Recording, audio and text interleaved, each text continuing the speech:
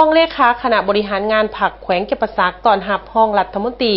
กระทรวงป้องกันความสงบวันที่18 พฤษภาคม 2026ท่านสุภาพธรรมหักษาห้องเลขาคณะบริหารงานพรรคแขวงจำปาสัก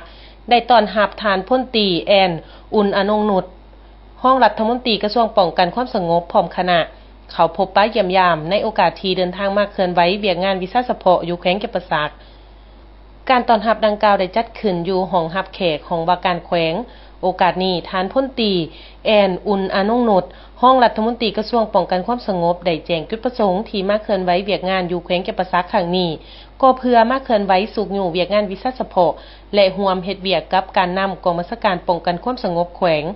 จากนั้นท่านสุภาพธรรมหักษาห้องเลขาคณะบริหารงานพรรคแขวง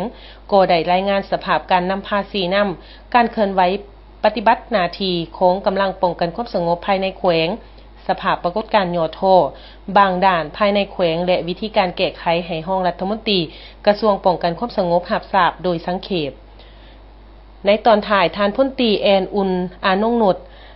ห้องรัฐมนตรีกระทรวงป้องกันความสงบก็ได้แสดงความขอบใจต่อการต้อนรับอันอบอุ่นของท่านห้องเลขาคณะบริหารงานพรรคแขวงจำปาสักพร้อมทั้งอธิบายรายงานสภาพเวียกงานป้องกันความสงบภายในแขวงให้รับรู้พร้อมนี้ท่านยังขอให้คณะพรรคคณะกรรมการปกครองแขวงจำปาสักสืบต่อนำภาษีนำเวียกงานป้องกันความสงบลงไก่สิทธิ์ติดแทดสุกอยู่เวียกงานต้านและสกัดกั้นปรากฏการณ์ย่อท่อในสังคมเวียกงานปราบปรามยาเสพติด